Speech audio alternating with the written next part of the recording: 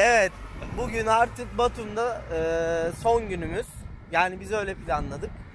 Yarın uyanacağız. Eğer gitmek istiyorsak ki şimdilik gitmeye karar verdik. Batum'dan çıkacağız ve yola koyulacağız. Nereye gideceğiz abi? Vallahi belli değil. Haritadan yer beğeneceğiz kendimize. Aynen. Açıyoruz haritayı. Gürcistan haritasını. Parmağımızı koyuyoruz. Parmağımızı koyuyoruz. Neresiyse. Yani kafa nereye? Biz oraya. Biz oraya yarın yola çıkıyoruz. Şimdi size Batum'u anlatmaya çalıştık. Bir de son bir değerlendirme yapalım istedik. Batum güzel bir yer. Ben beğendim. Beklediğim gibi bir yer değil. Çok leş bir yer bekliyordum. O kadar leş bir yer değil. Ne kadar leş? Ya burada her şey tadında. Tadında leş, tadında mutlu, tadında huzurlu, tadında kötü bir yer. Kötülüğünü görmedik şu ana kadar. Bizi korkuttukları kadar da yoktu. Tabii ki her yerin uyuşturucu baronu, ne bileyim mafyası, iğrenç adamı, serserisi vardır ama biz bu kaldığımız bir haftada falan görmedik. Denk gelmedik ve yani şöyle. Şimdiye kadar herhalde ikileri falan dolandırıldık değil mi? Evet, o da neredeydi? Bir tane restoranda bizden söylemeden hem fazla hesap yazmaya çalıştılar. Evet. Abi adamların kazıklamaya çalıştığı hali bir de ikileri ya. İkileri onlar için biraz büyük para ama. Evet, onlar için büyük para. Genel olarak Batum güzel bir yer, temiz bir yer bir kere. Yani caddeleri geniş, trafik yok. Evet, İşte, caddeler geniş, yani. Trafik yok. İnsanların sizinle bir işi yok. Kimse sen nereye gidiyorsun, ne yapıyorsun, ne ediyorsun? Yani en azından bize söyleyen olmadı. Olmadı. Keyifliydik Biz, yani burada. Evet, keyifliydik. Başladığımız dakikadan itibaren aslında bizim için işler iyi gitti. İşte çok ucuza otobüs bulduk. Mali açıdan daha sonraki videolarımızda zaten hani bir karşılaştırma yapacağız. Mali açıdan sizi yormayacak bir yer. Yani ucuza yurt dışı tatili yapabileceğiniz bir yer. Bir de ben mesela gelirken şundan korkuyordum. Gürcistan parası Türk parasından değerli. Ama buradaki hayat Türkiye'deki hayattan daha ucuz. Lirayı yine Türk lirasına çevirdiğiniz zaman Türkiye'de harcadığınızdan daha az para harcayacağınız bir miktara denk geliyor. Et yemeği çok rahat yiyebiliyorsunuz. Bira çok rahat içebiliyorsunuz. Keyifli bir yer yani. O mali açıdan güzel. Evet, diğer açıdan da insanları muazzam sıcakkanlı mı? Değil. Ama kimse normal yani. Yeteri kadar işte. Yeteri kadar. Şey yeteri kadar. Evet. Kimse sizin koyununuza atlamıyor. Hadi gel bizde kal bilmem ne diye. Ama birçok işinizi çözebiliyorsunuz. Burada aslında Türkçe ve Gürcüce konuşuluyor. Yani her 10 kişiden biri Türkçe biliyor zaten. Evet, Rusça konuşuluyor. Yani en azından Rusça biliniyor. Konuşulmasa da. Biz İngilizce ile anlaşamadık insanlarla. İngilizce bilen yok. Biraz Türkçe, biraz herkes bunu söyler. Tarzanca bir şekilde insanlarla anlaştık. Bütün ihtiyaçlarımızı giderdik mi? Giderdik. Öğrendiğimiz 2 kelime var. Pardon 3 kelime. Biri Gomarjoba, merhaba demek. Biri Ori, 2 demek. Diğeri de Piva, bira demek. Bu 3 kelimeyle biz yaşadık açıkçası. Birinin ne anlama geldiğini hala bilmiyoruz. Çünkü biz 2 kişiyiz abi. 2 kişiyiz abi. Birin bizim için hiçbir önemi yok. Dediğimiz gibi temiz bir yer burası. Bir de Batum'da, Gürcistan'ın genelinde böyle mi bilmiyoruz. Henüz Batum'da gezdik sadece. Her şey aslında tanıdık ve bir o kadar da yabancı. Yani ben bunu sık sık söylüyorum Eren'e de, videolarda da, Instagram'da vesaire.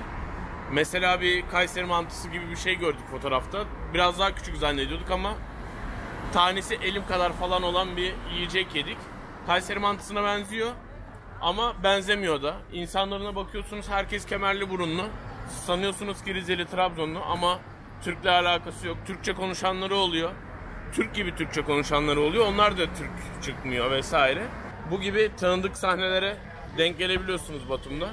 O benim hoşuma gitti. Bu kadar.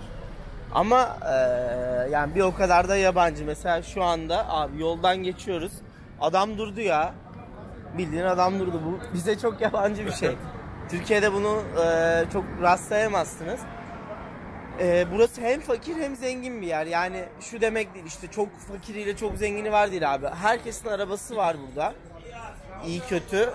Türkiye'dekinden daha fazla araba var belki kişi başına düşen. Ve arabaların birçoğu iyi arabalar. Yani çok rahat bir Range Rover'a denk gelebiliyorsunuz. İşte hibrit arabalar, yani yarı elektrikli yarı benzinli arabalara çokça rast geliyorsunuz. Türkiye'de çok karşınıza çıkabilecek bir şey değil çünkü burada ucuz. Yine fiyat karşılaştırması yaptığımız videomuzda bunlara değineceğiz. Genel itibariyle Gürcistan'ı biz çok beğendik. Denizi güzelmiş. Biz girmedik. Girme ihtiyacı duymadık çünkü Karadeniz. Yani diğer kıyısı olsa da Karadeniz bizim için. O yüzden çok tercih etmedik. Sahil tarafı güzel, eğlenceli duruyor. Klaplara girmedik. Çünkü klapları bize düğün salonu gibi geldi. Bayağı böyle, Yavuz çok güzel benzetme yaptı. Ne dedin? Perdeleri. Hangi benzetme ya? Perdeler ya. Ne olmuş perdeler? Ben keserim bunları, sen anlat. Perdeleri var falan filan muhabbeti yaptın ya. Ha. O muydu benzetme? Evet, yani düğün salonuna benziyor. O benzetmeyi sen devam ettir. Ben şey yapamadım. Çok güzel benzetme yaptığından devam et. Yani düğün salonuna benziyor abi. Böyle perdeler falan çekmişler. İçeride insanlar dans ediyor. Bizim çok ilgimizi çekmedi. Ama sırf club için buraya gelecek varsa tabii ki de gelebilir.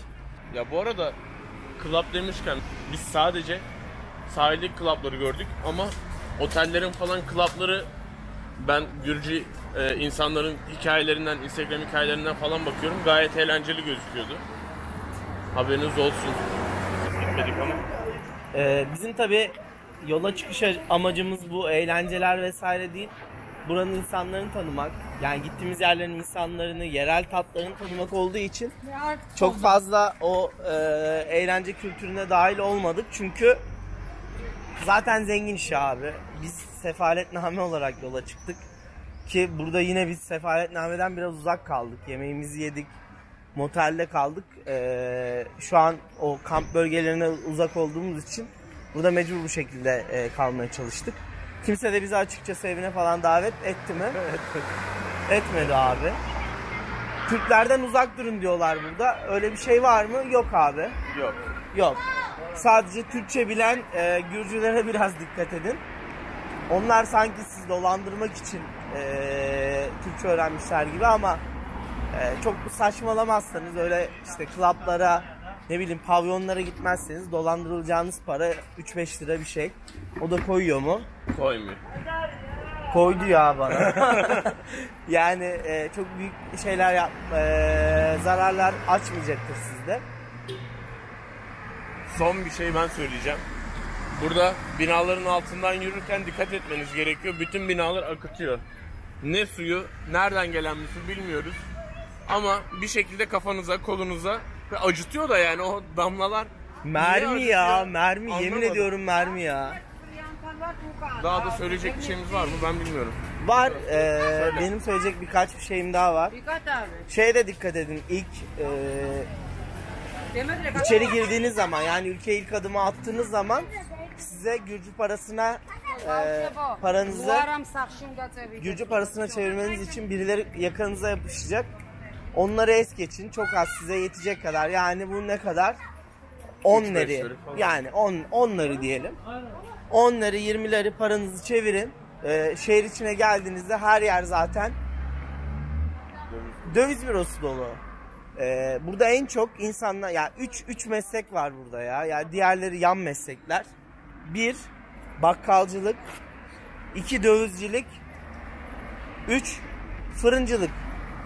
Her yer fırın dolu. Yani böyle hamur işi dolu. Burada çok hamur işi çok revaçta ve çok ucuz. Et keza öyle. Ve güzel. Ve güzeller, evet. Evet. Hamur işi çok güzel. Et yemekleri de fena değil ama genel olarak hamur işlerinde çok yanılacağınız bir yer yok. Bunu her yer güzel yapıyor. Yani 1,5 liraya aldığınız bir hamur işi bile sizi gayet ihya edebiliyor. Meyve biraz pahalı, nispeten pahalı. Ama çok üzecek şeyler de değil sizi. Yani her gün gidip de muz yiyeceğinizi zannetmiyorum ki o bile Türkiye'den daha ucuz. Marketleri biraz ilkel marketler. Burada gördüğümüz en modern market herhalde Carrefour. Değil mi? Burada Carrefour'sa da selamlarımızı iletelim. En modern market Carrefour. Onun dışında bütün yani marketlerde böyle kiloyla gofret falan satılıyor. Ve çalışanlar keza öyle. Böyle bezmiş, profesyonel olmayan çalışanlar, kimse İngilizce bilmiyor. Ama Carrefour'a girdiğiniz zaman o Türkiye'deki market şeyini hissediyorsunuz zaten. Birçok açıdan bence Türkiye'den yaşaması daha kolay bir yer. Özgürsünüz.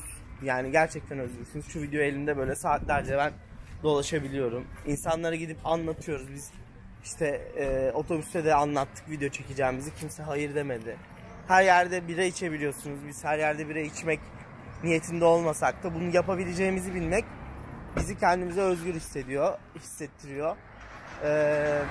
Gece mesela biz biraz köhne bir yerinde kalıyoruz ki şu an eve doğru gidiyoruz zaten. Gürcistan'ın çok modern olmayan bir yerinde kalıyoruz. Oraya bile gece yürüdüğümüzde kimse bize hayırdır, nereden geldin, niye geldin demiyorlar. Genel olarak Gürcistan kendinizi rahat hissedebileceğiniz, ucuz tatil yapabileceğiniz ve çok da yabancılık çekmeyeceğiniz ama bir yandan da yeni şeyler görebileceğiniz harika bir yer. Batum'a gelirseniz bu arada bize haber verin. Biz burada olmasak bile artık burada arkadaşlarımız var. Size yardım etmeleri için rica edebiliriz. Hepinizi çok seviyoruz. Bugünlük belki de hayatımızın geri kalanında bilmiyorum. Tekrar vaktimiz olur mu? Batum'a gelir miyiz? Ama bugünlük Batum maceramızın sonuna geldik. Hepinizi çok seviyoruz. Öpüyoruz. Bay bay Türkiye.